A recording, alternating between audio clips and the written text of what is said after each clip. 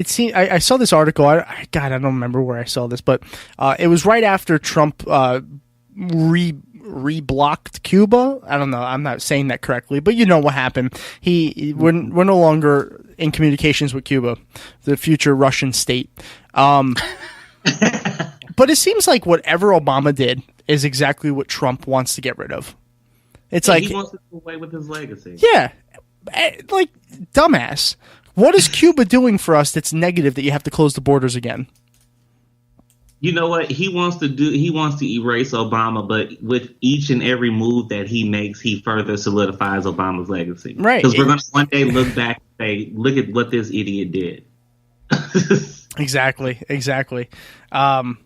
Yeah, I think for the Cuba thing, Trump looked at Cuba and said, hey, brown people on an island and Obama. He's like, nope, I'm good. Yeah. Lock them. Yeah. Well, I think, and it probably has to do with keeping his promise on hardline immigration stance. Right. Because, it's like, well, I campaigned on being a bigot, so what do you want me to do? Exactly. He's good at saying what he thinks other people want him to say.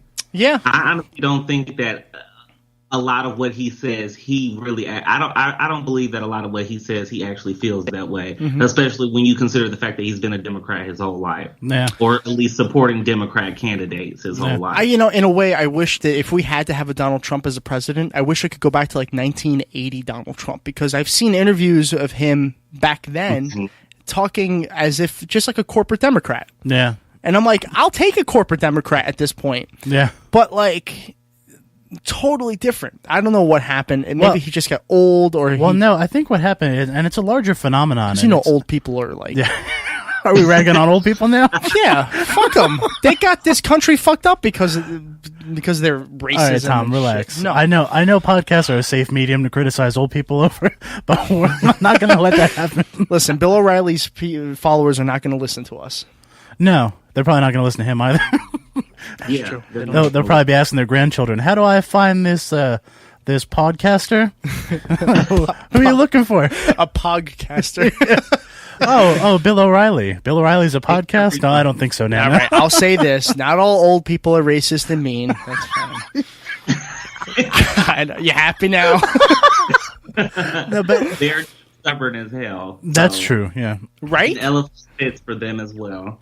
But what I was gonna say was that there is this phenomenon that happened as soon as the right-wing media took hold in the mid-'90s, where people, and there's even a documentary about this, where this woman's father, who was a JFK-supporting Labor Democrat, turned into a right-wing zealot because on his way to work in the late 90s, he started listening to Rush Limbaugh. Oh, God. On AM radio. Oh, God. Yeah. And I think this happened to a whole generation of people who were in their, 40s and 50s and the 90s and are now older. That they latched on to all these right-wing, zealots. And it created, and I think it might have happened to Donald Trump, too, because he's always looking for the most bombastic or the most outrageous thing somebody says. And for, a 15-year period, that was all coming from the far, far right. Let's move on to something that's sort of upsetting, but it falls into the lines of something that Austin and I at least both believe in, and which is, gun reform and gun control. Yeah. Steve Scalise, is that how he's pronounced? I believe Scalise? so. I believe it. A couple days ago, he was shot at a baseball game. I don't know the details of this case. I should have been following it a little bit closer, but I have not. I just know that he's not in critical condition anymore. I believe that he is on pace for recovery and all that. Yeah, I think they said it's now considered serious. I don't know. Yeah, I don't know what that means. Serious and critical. It's not going to be a fun road of recovery for him. And listen, as far as my stance, and I know Austin's the same way as me. I'm sure you are as well, Brandon. I understand people are angry, but solving it through violence is not going to work. It's not. That's not the way to do it. I don't know. I just want to get your opinions on the shooting, everything that happened. I was truly disgusted with the shooting. I was saddened by it. because like you said, there is no reason that we should be resorting to violence, especially since the general consensus is that the people on the left are the violent ones and are the protesters, et cetera, et cetera. Honestly, not only did I take that into consideration, but I also took the racial part of it into consideration. Before they released his identity, I was like, please, oh God, not let him be a black person. Please, God, not let him be an immigrant or a Muslim or anything like that. Because just imagine the field day that they would have with that. Oh, yeah. I'm not trying to say that, use him because he was a white man that did it, but I'm just like, just imagine how even more catastrophic it would have been had he been a minority.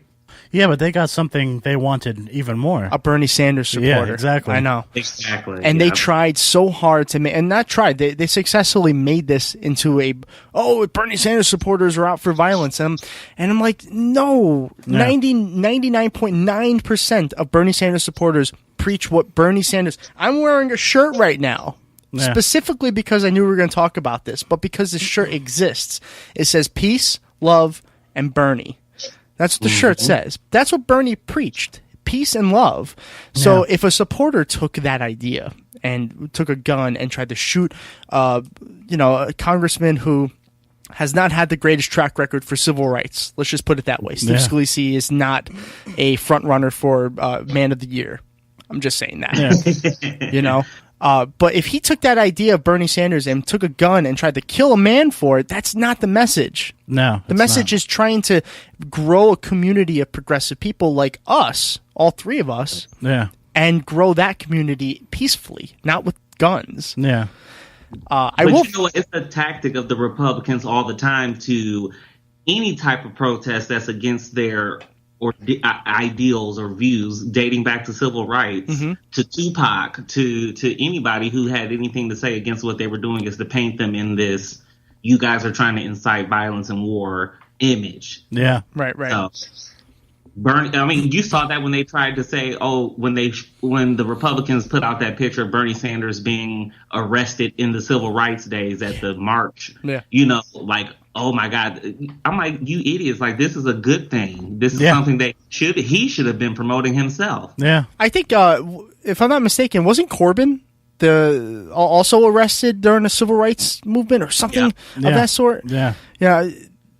That doesn't mean anything. Howard Zinn, who's one of my idols, he's one of the inspirations of my life. I'm not sure if you ever heard of him. He's most famous for his work of the People's History of the United States. Yeah. But he was a civil rights activist I think he's a white man, white professor at one of the first black colleges, and he led that classroom that he taught to one of the beginnings of the civil rights movements. Yeah. He got arrested. He got arrested multiple times for the things he did. That doesn't make him a bad person. That makes him a fighter for something that being arrested in support of the civil rights movement is a badge of honor. Yeah, exactly. You're fighting for something.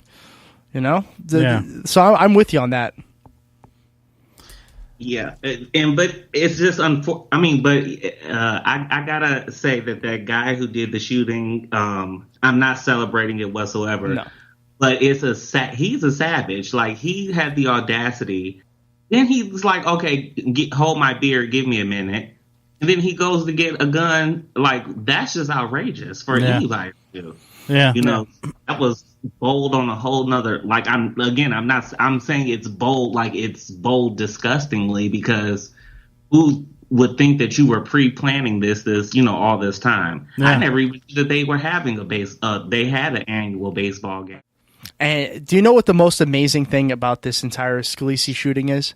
Is the fact that the GOP actually found a way to turn this into a pro-gun situation. Not a gun reform, not a gun control situation, but hey, if we all had guns, this wouldn't have happened. Yeah. Like, are you kidding me? Meanwhile, I'm screaming, you guys just passed a law that made it easier for mental health people to get guns. Yeah. Exactly. And you wonder why people get shot up in softball fields. Yeah. Exactly. You know what else is amazing, That's a good point. I didn't even think about that. That on that same day, there were 2 other shootings where people actually died. That's right. That didn't get any coverage. No coverage. Because this so fit the narrative that they wanted to run with. Right. And, what was it, in San Francisco at a UPS facility. Oh, I heard There were about like that. two yeah. people killed by a disgruntled employee. Yeah. And then there was one. Is that the same day right here? Huh? Was that the same day there was one right here in PA? I think the other one was in Florida that day. Okay, because there was one right in our backyard. Oh, yeah, in Wilkes-Barre. Yeah, but it wasn't that same day. It wasn't. Yeah, where a disgruntled employee came into his. I think it was like a Weis or a ShopRite. It was a grocery store. Yeah. And he walked in and for his night shift, and he shot and killed 3 of his coworkers. 1 escaped. But I think it is amazing on a day with 3 shootings where 2 of the shootings had fatalities. Yeah, the one that didn't is got all the coverage. But it is the politician. It's a public figure. I mean, I understand that, but they should have covered all 3. Yeah, but the point is, you can't make this into a pro-gun situation, can you? No. And that was the bigger point, is that we're the only country who had 3 mass shooting stories to talk about in one day. I know. It's ridiculous. Exactly. You know what? And to make it a pro-gun situation, to me, is to only make it more of a violent rhetoric to say, okay, well, if they're going to come shoot us up, let's everybody buy guns and shoot each other up. Right. Yeah. Because that makes more sense. It's like that debate where should guns be allowed in schools? That's an insane debate. But it's a debate. I know. And it's a debate that happens all the time. I got an answer for you. Ooh, pick me. No. Yeah, I know.